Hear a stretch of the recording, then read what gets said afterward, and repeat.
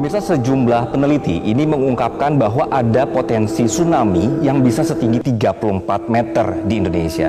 Ini berarti prediksi ketinggian tsunami melebihi tsunami Aceh. Nah, ada peneliti utama dari BMKG, Pepen Supendi, dari penelitiannya mengungkap bahwa potensi ini berkaitan dengan tingkat kegempaan yang tinggi yang di dalam serta juga di wilayah Jawa Barat dan juga Sumatera yang merupakan akibat dari pertemuan lempeng Indo-Australia dan juga subduksi di bawah lempeng Sunda. Nah, ini ada datanya di sebelah saya ini. Jadi ini ada temuannya, pemirsa. Jadi ini benar-benar nyata, jadi bukan ada hasil rekayasa. Jadi mereka sudah berkumpul dalam penelitian ini. Terdapat sejumlah ahli kegempaan dalam negeri, ada Dwi Kora Karnawati, kemudian juga ada dari Tato Yatimantoro, dan juga Daryono dari BMKG, dari BRIN juga ada, termasuk dari University of Cambridge juga ikutan di sini, termasuk dari BNPB. Nah, sehingga penelitian ini sangat tidak main-main dan bukan sembarangan. Jadi tim peneliti ini memanfaatkan katalog data seismik yang bersumber dari BMKG, kemudian dari Pusat Penelitian Seismik Internasional, periode April 2009 sampai Juli 2020 untuk melakukan hypocenter gempa. Jadi mereka berkumpul, kemudian hasil penelitiannya ditemukanlah bahwa ini akan ada celah seismik besar di selatan Jawa Barat dan Sumatera bagian tenggara yang berpotensi menjadi gempa yang besar sekali, magnitudnya 8,9, potensi tsunami-nya adalah 34 meter. Ini tinggi sekali ya pemirsa ya. Nah, sebenarnya jika kita berbicara soal megatrust, jika dilihat dari definisinya, megatrust ini adalah kondisi pecahnya batas lempeng yang terjadi di bidang kotak dua lempeng tektonik yang bertemu di zona subduksi. Nah, karena gerakan relatif lempeng ini yang tidak terbendung, tekanan terakumulasi di area dua lempeng tersebut dan akhirnya saling mengunci sehingga dilepaskanlah melalui gempa megatrust. Jadi ini ada kekuatan yang ditahan kemudian terlepas begitu ya. Sumber gempa megatrust biasanya ada di bawah laut pemirsa. Megatrust ini memiliki potensi menimbulkan tsunami yang karena ada pergerakan besar vertikal dasar laut selama gempa terjadi. Baik. Nah, megatrust itu tadi definisinya sudah ada apa? Kemudian nih mana sih sebenarnya wilayah Indonesia yang akan menjadi perhatian ya? Nah, karena negara kita terletak pada bagian cincin api Pasifik yang membuat Indonesia rentan bencana, terutama gempa dan tsunami. Dalam buku Pusat Studi Gempa Nasional disebutkan bahwa sumber gempa dari segmen megatrust hanya berjumlah 13 segmen. Tapi ini bukan hanya sebenarnya. Jadi kami coba ilustrasikan di sebelah kanan saya, kalau bisa difokuskan atau di sebelah petanya, pemirsa. Jadi ini adalah segmentasi megatrust di Indonesia, ada beberapa. Satu adalah ini barat Sumatera, ada 6 segmen. Kalau misalnya kita bisa lihat di sebelah sini pemirsa ya. Oke, ini ada 6. Kemudian juga selatan Jawa ada 3 segmen. Selatan Bali hingga Sumba ada 1 segmen.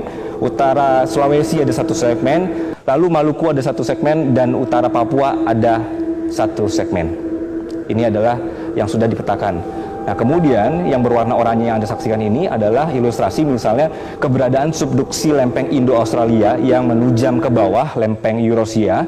Ini merupakan generator kuat sekali untuk terjadi gempa. Jadi wajar jika selatan Jawa ini menjadi kawasan rawan gempa dan juga tsunami. Dari data BMKG ini menyebutkan bahwa gempa di atas 7,0 di Jawa ini terjadi sekitar 19 kali. Kalau dihitung dari tahun 1840 sampai 2006. Dan kalau tsunami-nya sendiri ini ada 5 kali sudah pernah terjadi. Begitu.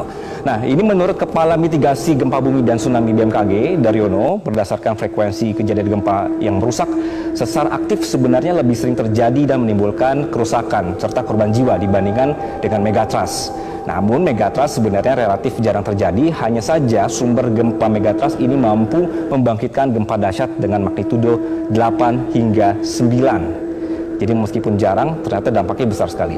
Sementara sumber gempa sesar aktif rata-rata hanya mampu memicu gempa paling tinggi 7,5. Yang membuat beda, gempa sesar aktif yang lebih sering terjadi banyak berpusat di daratan, dekat perkotaan, kemudian bahkan tempat tinggal kita sendiri, pemirsa. Begitu. Dan penelitian ini sebenarnya bukan untuk membuat kita takut atau membuat kita panik. Sudah cukup banyak sebenarnya peristiwa bencana ini di masa lalu. Jadi kita perlu untuk terus mempelajarinya untuk meminimalisir dampak dari megatrust itu sendiri. Sekali lagi karena karena kita tinggal di negara yang alamnya subur namun juga rentan bencana, pemirsa, sudah pasti bencana ini akan terjadi. Tinggal kita yang harus beradaptasi. Jadi oleh karena itu, orang-orang yang meneliti peristiwa ini juga orang-orang yang sangat paham di bidangnya, sehingga kajian-kajian seperti ini diperlukan untuk memberikan rekomendasi ke kita, ke pemerintah, soal apa yang harus kita lakukan ke depannya, begitu. Nah, itulah kenapa setiap ada kajian seputar bencana, ujung-ujungnya sudah pasti akan membahas mitigasi bencana. Nah, sudah siap belum seandainya ini amit-amit begitu ya, seandainya terjadi potensi tsunami 34 meter ini. Nah, gunanya penelitian ini juga membuat kita punya rencana penanganan bencana. Namun, apakah dari pemerintah juga siap? Kemudian juga bagaimana dengan pemerintah di daerah? Apakah sudah satu frekuensi soal penanganan bencana?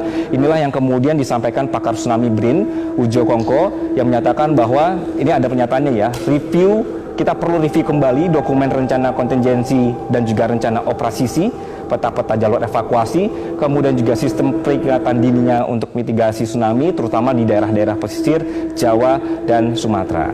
Nah, jika kondisinya saat ini sudah ada permukiman manusia di daerah pesisir, bagaimana kemudian kita mengatur tata ruang dan pergerakan saat tanda-tanda tsunami muncul? Inilah butuh fokus pemikiran juga untuk kita menjadi sigap terhadap bencana, begitu. Dan yang terpenting, pemirsa, ini juga harus kita semua sebenarnya harus mau meluangkan waktu untuk tahu langkah-langkah kalau misalnya terjadi dalam atau terjebak dalam kondisi darurat itu seperti apa. Kita tetap berdoa bahwa tidak ada peristiwa mengerikan yang akan terjadi, sekaligus tidak lupa berusaha untuk bisa beradaptasi memahami alam.